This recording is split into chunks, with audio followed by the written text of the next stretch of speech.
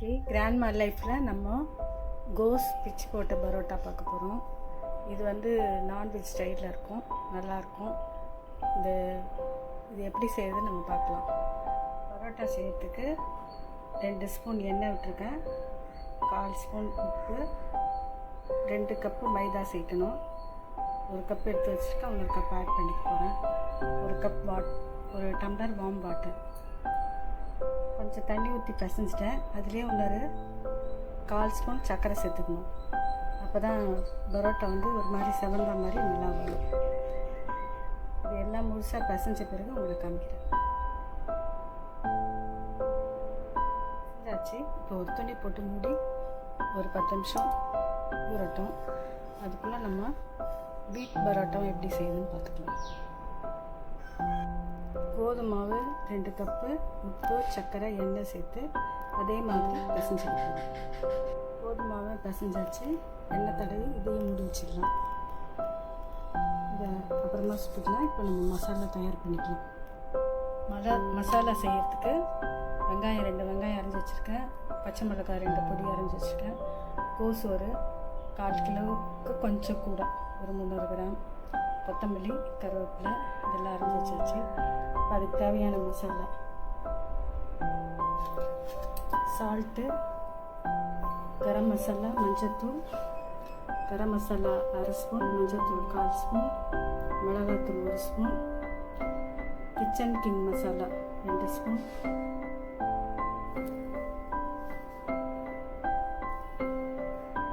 Red chilli powder, Kashmir red chilli powder 1 spoon, ஜீரக powder 1 spoon. இதுக்கு தேவையான மசாலா எடுத்து வச்சாச்சு. இது எப்படி செய்யணும்னு பார்க்கலாம். பாத்திரம் வச்சாச்சு. வச்சுட்டு பிறகு 4 ஸ்பூன் எண்ணெய் ஊற்றணும். எண்ணெய் கடுகு போட்டிருக்கேன். அது வெடிச்ச உடனே அடுத்து வெங்காயம் போட்டுக்கணும். கடுகு பொரிச்சு இப்போ வெங்காயம் சேர்த்துக்கிறேன்.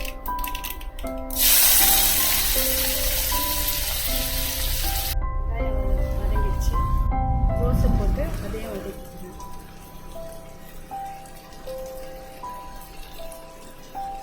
இன்னும் வதங்கட்டும். அதுக்கப்புறம் மசாலா சேர்த்துக்கிறேன். பூண்டு வேறு சொல்ல மாட்டேன். 1 ஸ்பூன் இஞ்சி பூண்டு சேர்த்துக்கிறேன். மசாலாவை நம்ம சேர்த்துக்கலாம். காஷ்மீர் சில்லி பவுடர், மசாலா, மிளகாத்தூள்,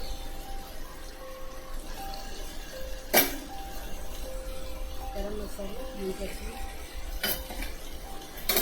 ஜீரகத்தூள் எல்லா மசாலும் சேர்த்தாச்சு. கொஞ்சம் நேரம் கழித்து உப்பு சேர்த்துக்கலாம். சேர்த்தாச்சு. இப்போ வதங்கினோடனே கொஞ்சம் தண்ணி ஊற்றி நம்ம மூடி வைக்கணும். தண்ணி ஊற்றியாச்சு. அது கொஞ்சம் முழுகிற அளவு தண்ணி ஊற்றின போதும். இப்போ மூடி வைக்க போகிறோம். மூடி வச்சாச்சு. ஒரு 5 நிமிஷம் பொறுத்து மசாலா ரெடி ஆகிடும். கொத்தமல்லி கருவேப்பிலை போட்டாச்சு. நல்லா பரட்டிட்டு அந்த எண்ணெய் பிரிஞ்சு வருது. கோஸ் வெந்திருக்கு. இதை நம்ம இப்போ இறக்கி வச்சிடலாம். அதுக்கப்புறம் பரோட்டா செய்து எப்படின்னு பார்க்கலாம்.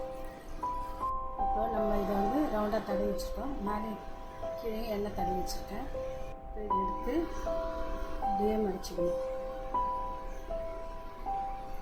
மடித்து இப்படி வச்சுட்டு திருப்பி இதை தடுத்து சுட்டோம்னா பரோட்டா ரெடி ஆகிடும். மடிச்சாச்சு. இதை வந்து நம்ம பரோட்டாவை சுட்டணும். மடித்ததை இப்போ தடுத்து வச்சுருக்கேன். பரோட்டாவை சுட போகிறோம். திரும்ப ஒரு முறை உங்களுக்கு காமிக்கிறேன். இதை இப்படி எடுத்து இப்படியே மடிச்சிடணும். மடிச்சுட்டு இப்படி வச்சு கரெக்ட்னா பரோட்டா சுடணும். பரோட்டா போட்டாச்சு. இதை தூக்கி ஒரு பக்கம் சமைச்சு இன்னொரு பக்கம் சவுண்டோடு எடுத்துக்கணும். வருதுன்னு பாருங்க, தெரியுதா? இதுக்கப்புறம் மாவுக்கு ஒரு 8 பரோட்டா வந்திருக்கு.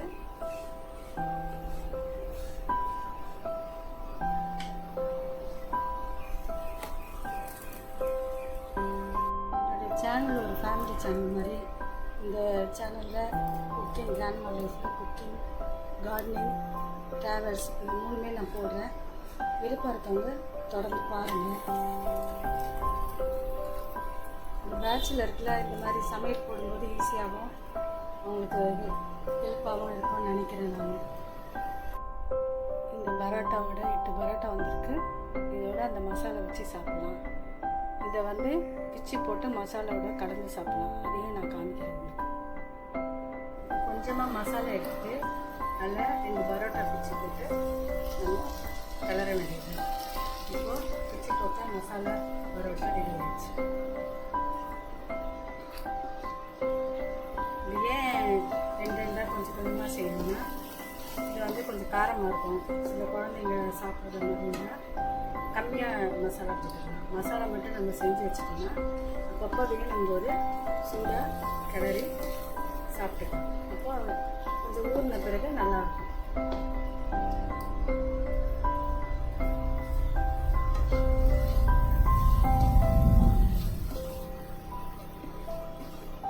இவ்வளோதாங்க முடிஞ்சிடுச்சு. மசாலா பரோட்டா ரெடி ஆயிடுச்சு. இது கொஞ்சம் நம்ம ஊற விட்டு எடுத்து சாப்பிட்டோம்னா ரொம்ப நல்லாயிருக்கும்.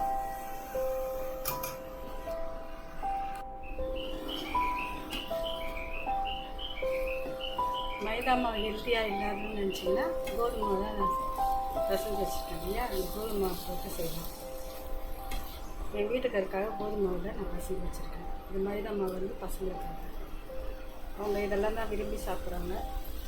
இந்த வீடியோ உங்களுக்கு பிடிச்சிருந்தால் லைக் பண்ணுங்கள், சப்ஸ்கிரைப் பண்ணுங்கள், ஷேர் பண்ணுங்கள்.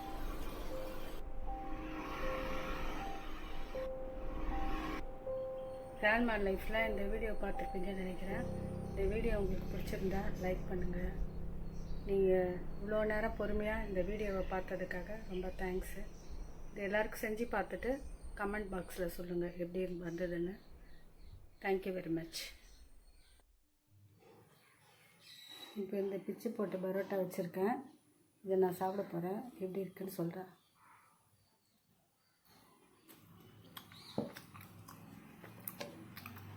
சூப்பராக இருக்குங்க. இது உங்களுக்கு பிடிக்கணும்னு நினைக்கிறேன். மைதா பிடிக்காதவங்க வீட்டில் பரோட்டா செஞ்சு சாப்பிடுங்க. Thank you very much.